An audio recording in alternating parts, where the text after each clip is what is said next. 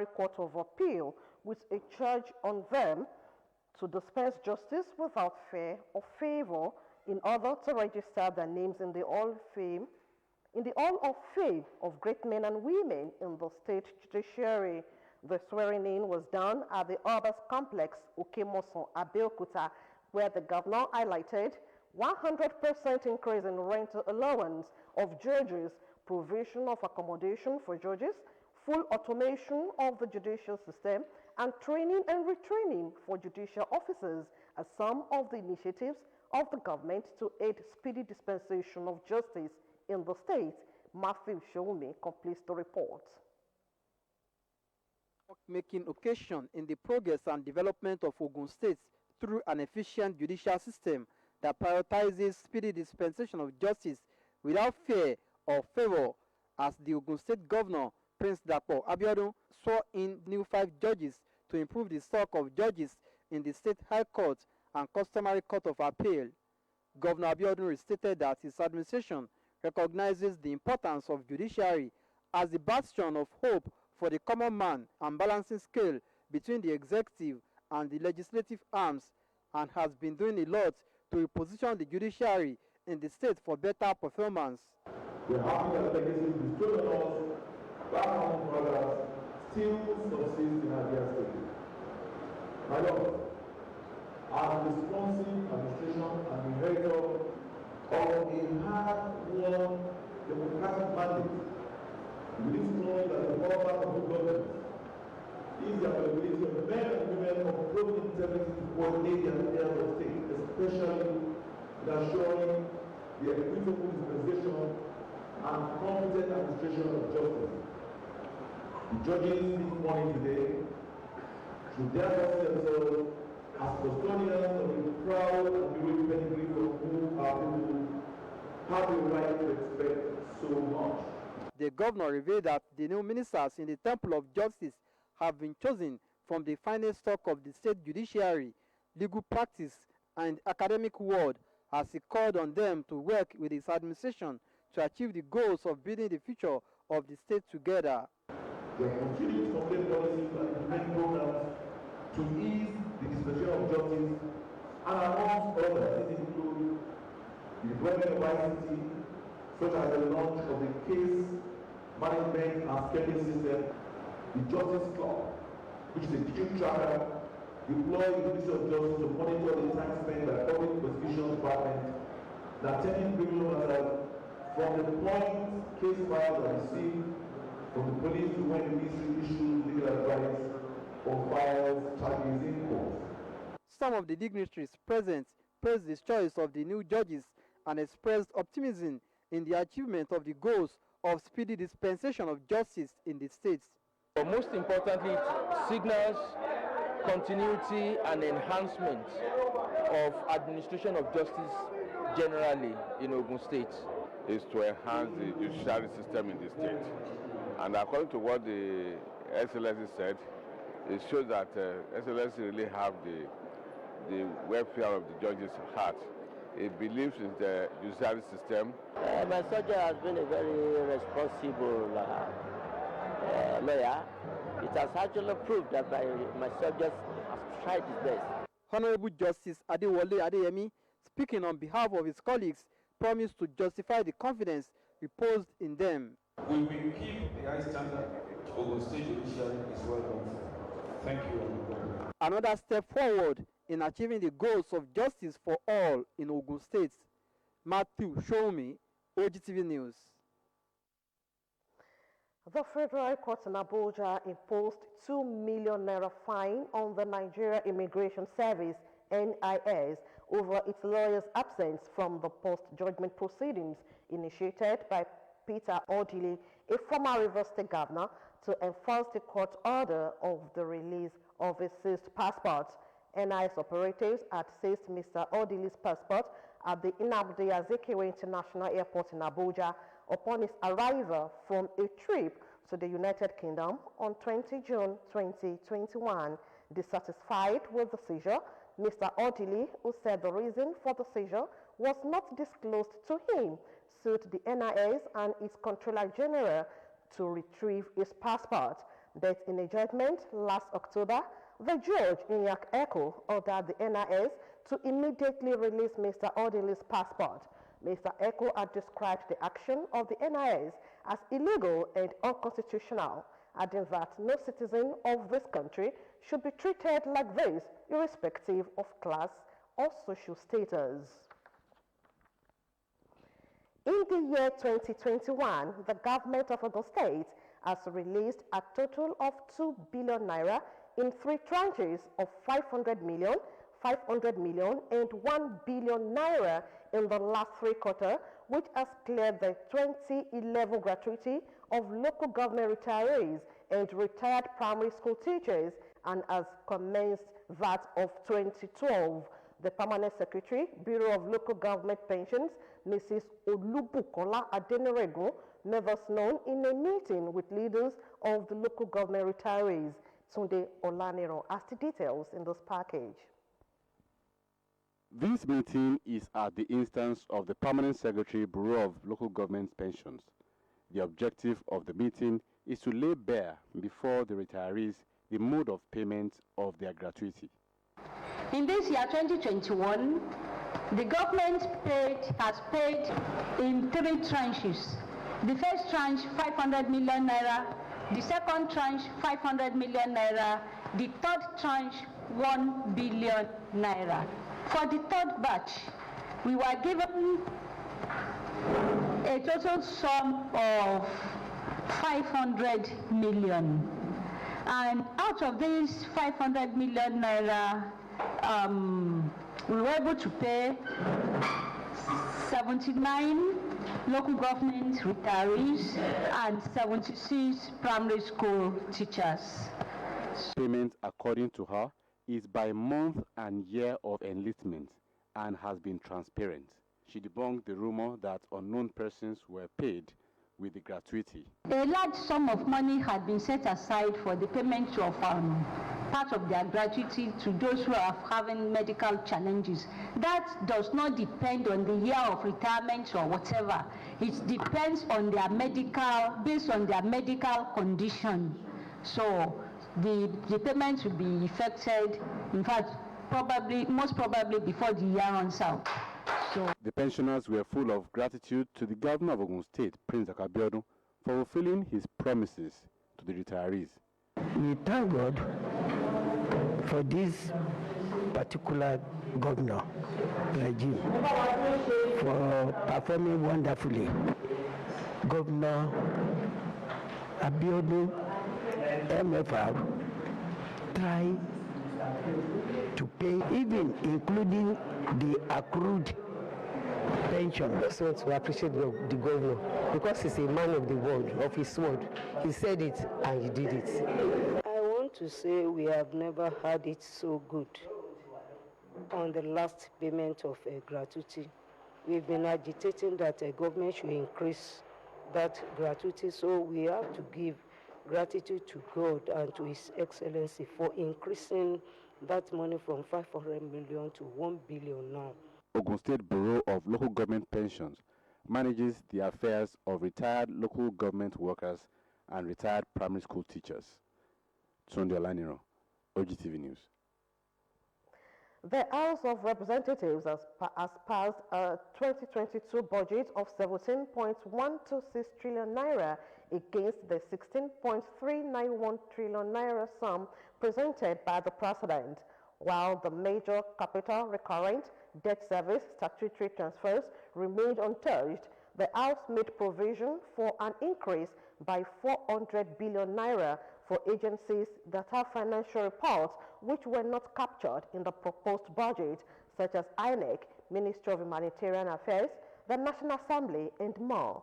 In passing the bill, the House increased the benchmark price for crude from $57 to 62 per barrel, from which a proposed increase in revenue is expected. The lawmakers also made provision for 10% of monies recovered by EFCC and the National Financial Intelligence Unit to be utilized by the agencies for their operations to strengthen the fight against corruption.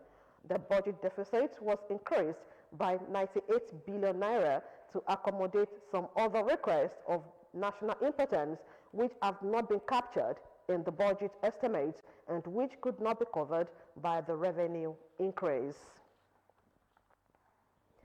On agriculture, Ogun State Ministry of Agriculture has reiterated its readiness to partner organizations or bodies with a mandate to boost food production in the state.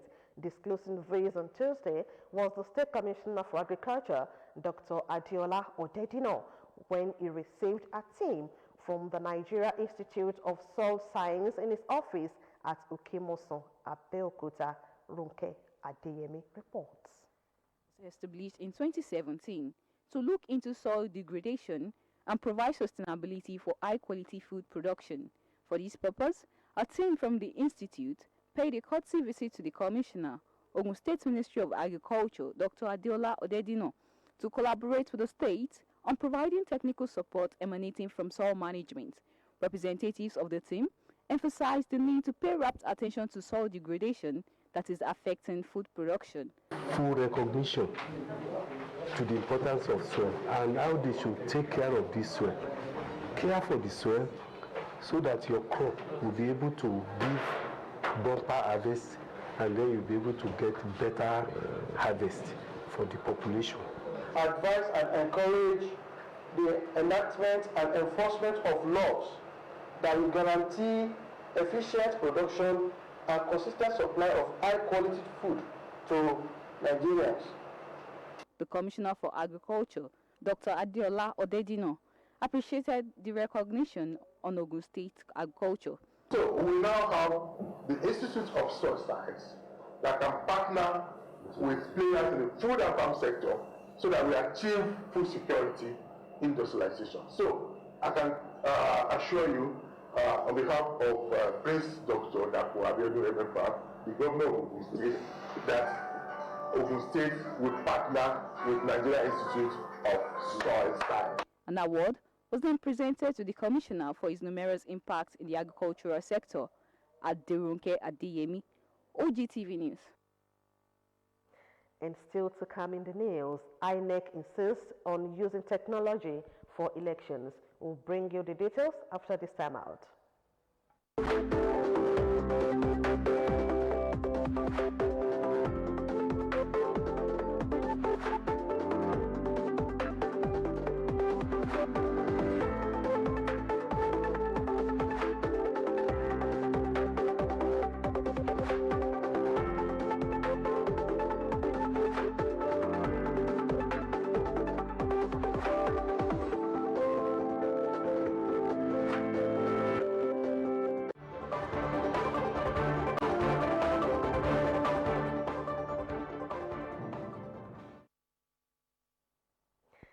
Thanks for joining us in part 2 of the news. As part of efforts towards retaining its leadership position in the education sector among other states in the country, Ogun State government has declared its readiness to partner Microsoft on how to further embrace the use of technology for the development of education. Commissioner for Education, Science and Technology, Professor Abayomi Arigbabu, who said this during a strategic partnership meeting on digital transformation in education between the ministry and Microsoft Nigeria Limited, noted that the state was committed to using technology in dispensing its assignments. Professor Arigbabu said the need for technology transformation in schools cannot be overemphasized as it helps slow learners and allows all forms of flexibility, calling on all and sundry to work together with the government in order to use technology to drive the state to an enviable position. The commissioner pointed out that Ogun State was the first state to establish mutually beneficial partnership with Microsoft Nigeria Limited for the establishment and promotion of digital learning, appreciating Microsoft for their unfleeting interest in the state. Introduce digitalization of processes that make life very comfortable for us. The basic education certificate examination we have actually automated. We have also done the same thing for the screening into flagship schools. I think those are the ones we are calling the model schools. We call them flagship schools, but two of them. So We have also done our transfer. Now, transfer into schools. Nobody comes to the ministry, nobody goes to see any principals or because everything is totally online and automated and it is easy. Contributing, the special advisor to the governor on primary and secondary education, Mrs. Runke Shoyombo, while commending Microsoft for its unwavering support to Ogun State, enjoined teachers, school administrators, education management staff, and other stakeholders in the education sector to begin to embrace information and communication technology in all they do.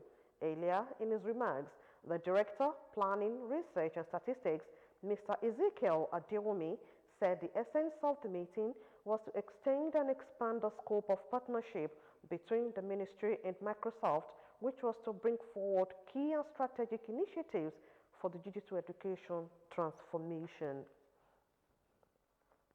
In a bid to carry out its mandate with rigors to principles of meritocracy, equity, justice and fairness, the Ogun State Civil Service Commission has commenced the extended interview for workers seeking for upgrade. The chairman, Civil Service Commission, Engineer Tokumbo Odebumi, who spoke during the exercise, said the primary objective of the interview is to improve the service.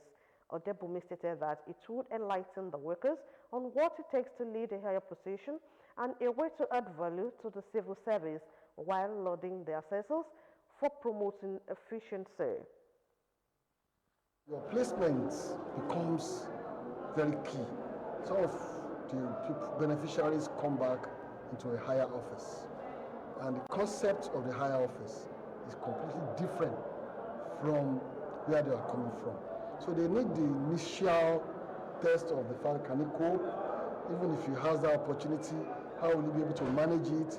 The gaps that are possible that he will encounter, they form the box of the interview, both the written interview, the oral interview, interactions and so on. The Commissioner One in the Commission, Barrister Adebowale Ojuri, while congratulating the candidates for the success of the first hurdle, which was the examination, encouraged them to put in more effort to make it through to the final stage. The government of Ogun State is creating necessary infrastructure to further woo investors, especially in the turning of waste to wealth through recycling. Special advisor to the state governor on environment, Ola Oresoya, disclosed this to our reporter, Tiwala Defaiso, who examines the collection of waste for recycling in the special report. Ogun State is the industrial capital of Nigeria and as the investment destination of choice in the country. It comes with its resultant benefits and challenges. One of the challenges of the lofty status of the gateway state is the generation of waste by both industry and residents. This challenge is being capitalized upon by the current administration in the state, converting it into money spinners. What the government must do, government is an enabler for development. And I think one of the key things we have to do is to have a law that will support investment. That we have done. Then also to provide infrastructure that will support them. That we are also doing. It's unending, and we are doing that. And you've started seeing a lot of investors come through government to invest in recycling in Ogun State. Manufacturers were also urged by respondents to begin to think out of the box in terms of product redesigning, resource efficiency, and the management of their waste packaging materials. Yes, there are some companies that are responsible for recycling. So, yes, what the grassroots can do, they can sort out the waste after generating same. They can sort it out, then and sell it to these companies.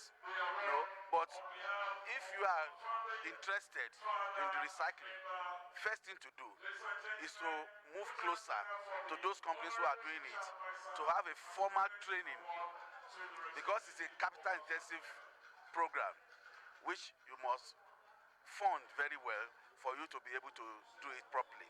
So you have to learn it, you have to understudy those who are doing it. Special advisor to the Ogun State Governor on Environment, Engineer Olaore Sonya, said Ogun State is the headquarters of recycling in Nigeria, and the state is not ready to relinquish that. Cleanliness is an action, is a way of life. You have about 67 giant recycling companies in Ogun State that are doing so well. They bring in waste from all over the state in Nigeria to come and recycle here. So even the waste in Ogun State is not enough for this company to recycle. But the challenge is in collection, and that's exactly what we're doing, to collect and sort so that these companies can use it both for plastic, paper, and metal. Ogun State is the leader in recycling of those equipment. They all agreed that waste is not waste unless it is wasted, noting that it is time to begin to see cash in the trash. To Alade Faiso, Ogtv News. President Muhammadu Buhari said with the prevailing situation in the country, it would be better to allow political parties to determine the mode of selecting candidates for election. This is contained in the President's letter to both chambers of the National Assembly, read by the President of the Senate, Ahmad Lawan, and Speaker, House of Representatives, Femi Gbajabiamila. The President explained reasons for declining assent to the Electoral Act Amendment Bill 2021.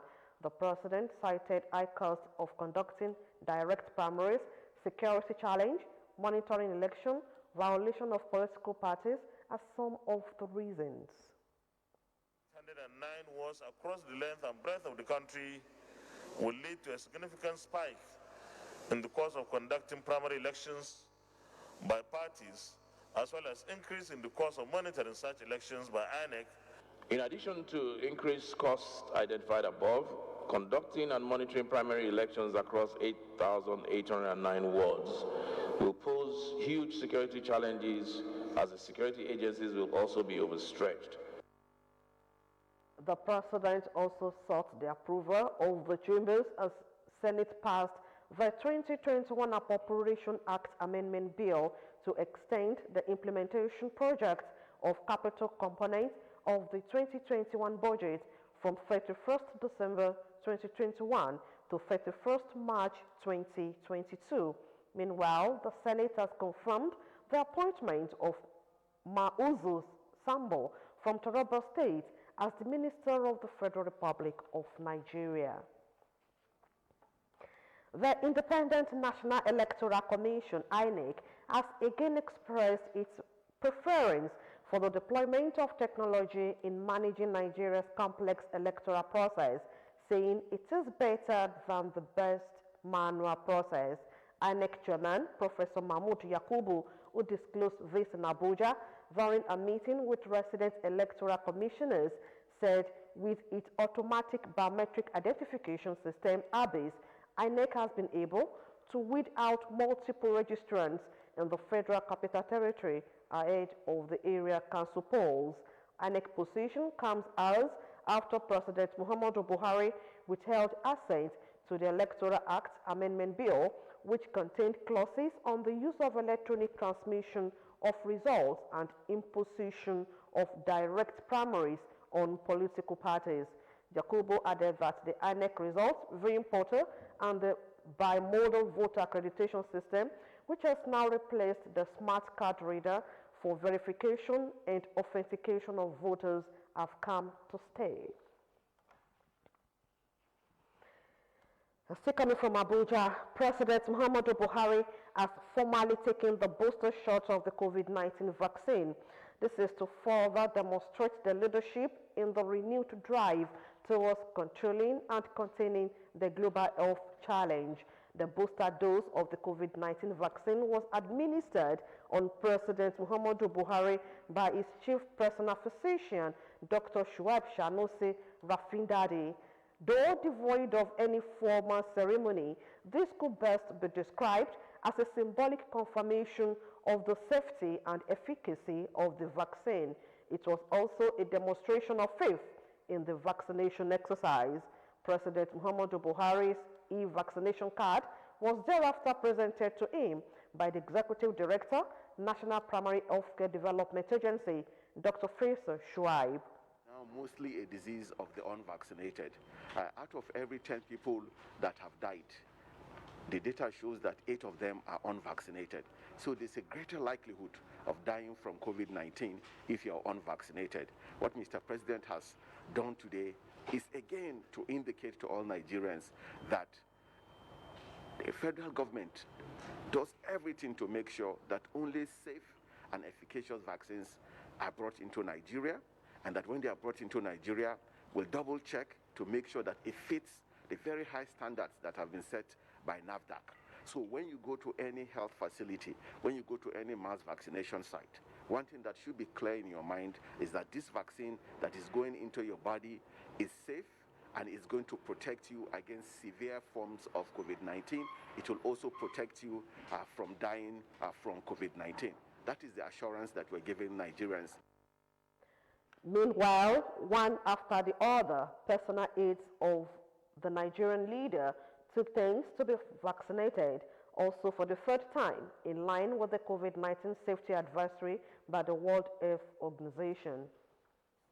It is a question of integrity for us that we do the right thing, and we are showing through leadership from Mr. President, the governors, the legislators that have come out openly to take these vaccines, that these vaccines are exactly what we need to be able to protect our health and then begin to build back our economy.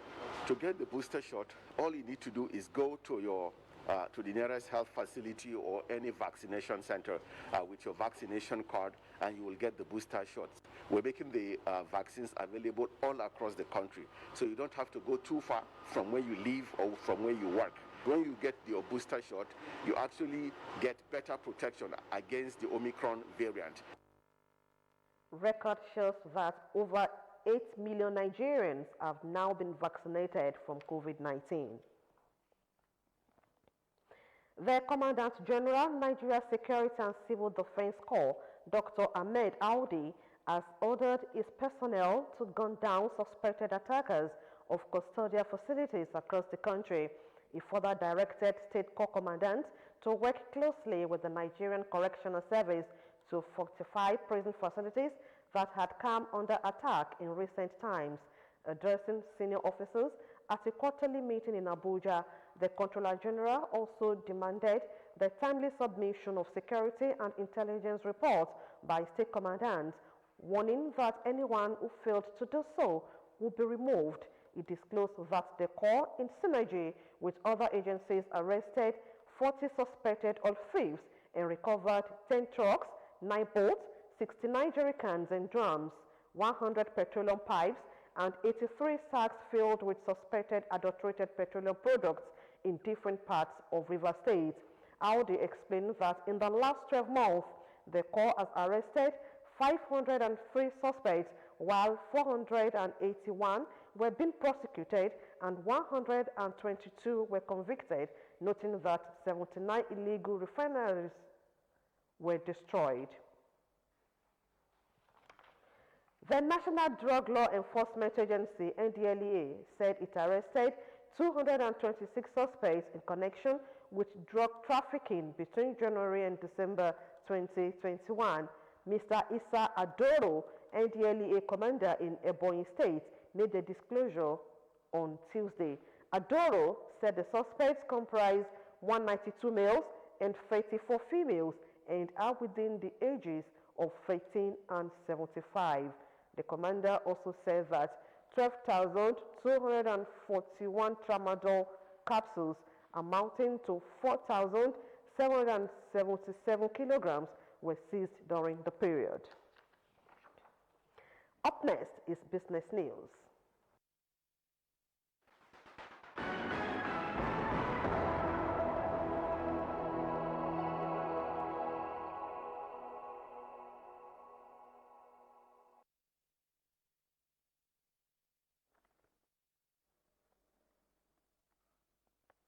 Welcome to the business segment of the news. The agricultural sector recorded a trade deficit of 1.7 trillion naira between January and September this year, as exports stood at 371.8 billion naira, while import rose to 2.1 trillion naira.